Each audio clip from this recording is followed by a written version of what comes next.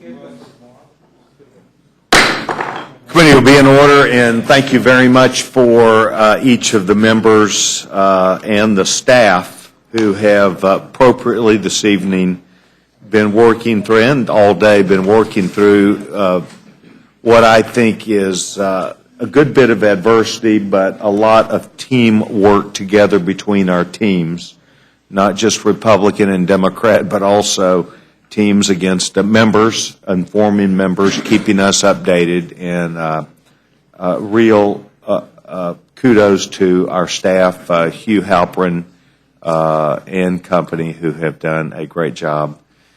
Tonight, we're a little bit late, but we come back prepared to report out H.R. 1960, the National Defense Authorization Act for fiscal year 2014. Chairman will be in receipt of a motion. Mr. Chairman, I move the committee report a structured rule for further consideration of H.R. 1960, National Defense Authorization Act for fiscal year 2014.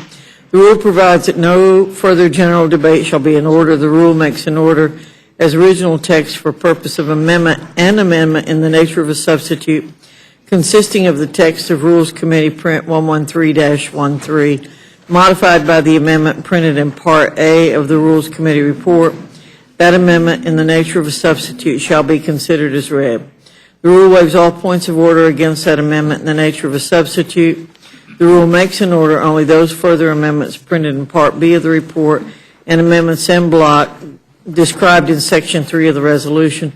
The rule provides that the amendments printed in Part B of the report may be offered only in the order printed in the report, may be offered only by a member designated in the report, shall be considered as read, shall be debatable for the time specified in the report, equally divided and controlled by the proponent and an opponent, shall not be subject to amendment, and shall not be subject to a demand for division of the question. The rule waives all points of order against the amendments printed in Part B of the report or against amendments en bloc as described in Section 3 of the resolution. Section 3 of the resolution provides that it shall be in order at any time for the chair of the Committee on Armed Services or his designee to offer amendments en bloc consisting of amendments printed in Part B of the report not earlier disposed of. Amendments en bloc shall be considered as read, shall be debatable for 20 minutes, equally divided and controlled by the chair and ranking minority member of the Committee on Armed Services or their designees, shall not be subject to amendment, shall not be subject to a demand for division of the question. The original proponent of an amendment included in such amendments en bloc may insert a statement in the congressional record. Finally, the rule provides one motion to recommit with or without instructions. The committee is now in receipt of a motion from the gentlewoman from North Carolina. Chair would defer to the gentleman from Florida for a discussion on the rule. The gentleman is recognized. Thank you, Mr. Chairman. H.R. 1960, the authorization for FY 2014, is a structured rule that makes this is a technical term, a lot of amendments in order.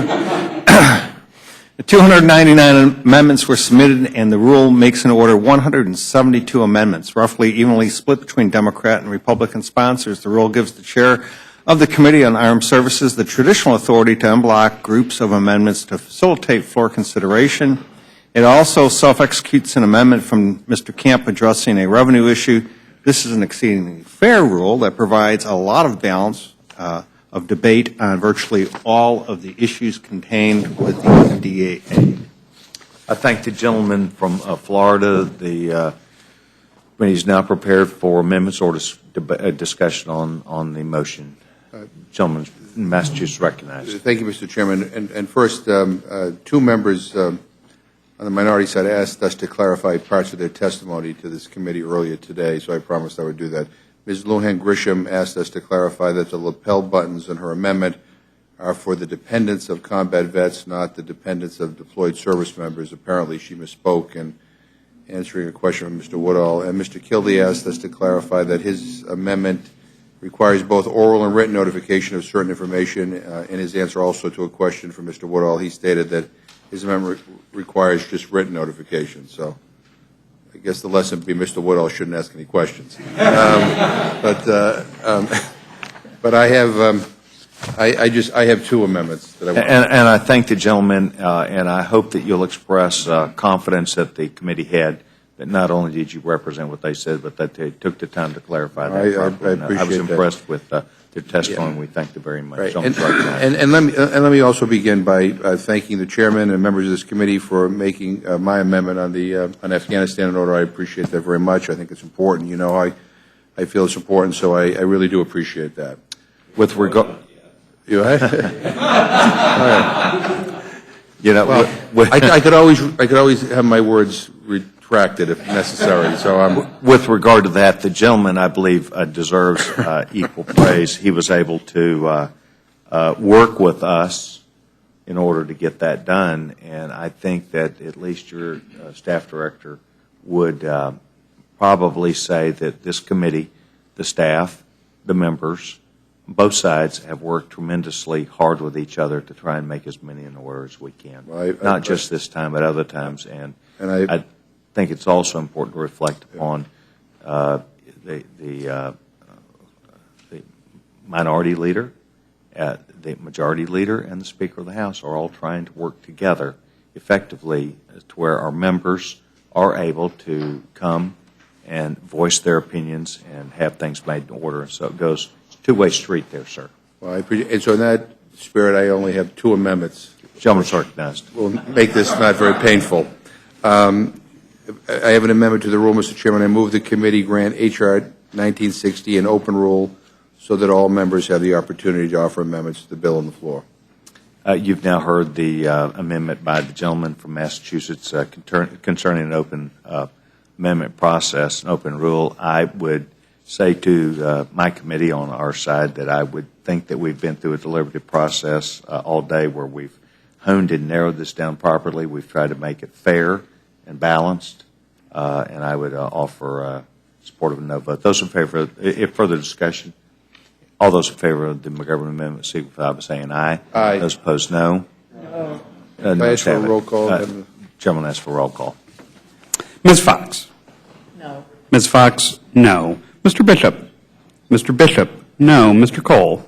Mr. Cole, no. Mr. Woodall? Mr. Woodall, no. Mr. Nugent? Mr. Nugent, no. Mr. Webster? Mr. Webster, no. Ms. Ross-Leitonen? No. Ms. Ross-Leitonen, no. Mr. Burgess? Mr. Burgess, no. Ms. Slaughter? Mr. McGovern? Aye. Mr. McGovern, aye. Mr. Hastings? Mr. Polis? Mr. Chairman? No. Mr. Chairman, no. Clerk will report. 1 yea, 9 nays. Motion's not agreed to. Further discussion or amendment? What? Excuse just a moment, please. I have a question. Yes. The gentleman from Utah is recognized. Does this include, is there an en bloc amendment by the chairman of HASC in addition to these?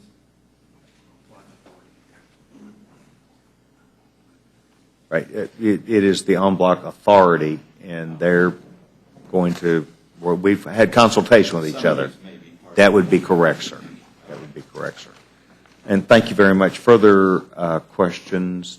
Gentleman's I have recognized. one final amendment, Mr. Chairman, and I have an amendment to the rule. I move the committee make an order and give the necessary waivers for the amendment by Representative Spear, number 175, which would require that cases of sexual assault are taken out of the chain of command by giving prosecutorial discretion to the Office of Chief Prosecutor of each service rather than the commander. You've now heard an amendment by the gentleman from Massachusetts. Any discussion? I would say to the committee that one of the important demands that I believe that has been a large part of discussion, not only on your side of the aisle, but also on our side of the aisle, as well as the Senate and the American people, has been a very active discussion that I believe took place also in the committee on a bipartisan basis. The gentleman from Mr. Smith, the gentleman, Mr. McKeon, really had anguish over this from the discussions, the debate, and how they would approach this. We have attempted to better the bill, I believe, through 2 amendments, one Mr. Turner, one Ms. Frankel from Florida, and a determination was made that we could effectively get properly to that subject. And so I would offer a defense of the product that we're offering tonight and offer a support of a no vote on behalf of the committee. Further discussion? Those in favor of the gentleman's amendment from Massachusetts, signify by saying aye. Aye. Those opposed, no. No. The noes have it. The Chairman, noes I have ask for a it. roll call. Gentleman asked for a roll call. Clerk. Ms. Fox? No. Ms. Fox, no. Mr. Bishop? Mr. Bishop, no. Mr. Cole? Mr. Cole, no. Mr. Woodall? Mr. Woodall, no. Mr. Nugent? Mr. Nugent, no. Mr. Webster? Mr. Webster, no. Ms. Ross-Lehtinen? No. Ms. Ross-Lehtinen, no. Mr. Burgess? Mr. Burgess, no. Ms. Slaughter? Mr. McGovern? Aye. Mr. McGovern, aye. Mr. Hastings? Mr. Polis? Mr. Chairman? No. Mr. Chairman, no. Clerk report. 1 yea, 9 nays. Amendment's not agreed to. Further amendment or discussion? Hearing none, we will vote on the motion from the gentlewoman from North Carolina. Those in favor of the Fox amendment, signify by saying aye. Aye. Those opposed, no. No. The ayes have it. The ayes have it.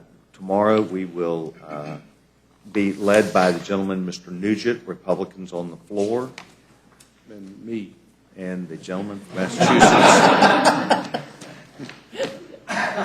Let's hear that one more time. And the gentleman from Massachusetts will be there all by himself. Absolutely. And we do not expect any other meetings this week. For the work that the committee has done, the presentation and the performance, I think we've prepared ourselves well. We've seen our members come and actively participate all day, and I'm very, very proud of the performance and think we'll have a good product tomorrow. Mr. Chairman? Yes, And gentlemen. may we add as well our gratitude to the staff on both sides for their work and their tolerance and patience. I think Miles was exceptionally pleased with his performance too, and his team should be congratulated. We'll give him a hand. And thank you very much. Thank you very much. And for those who must stick around till we file in a couple hours from now, good luck. Thank you very much. We've now ended session today.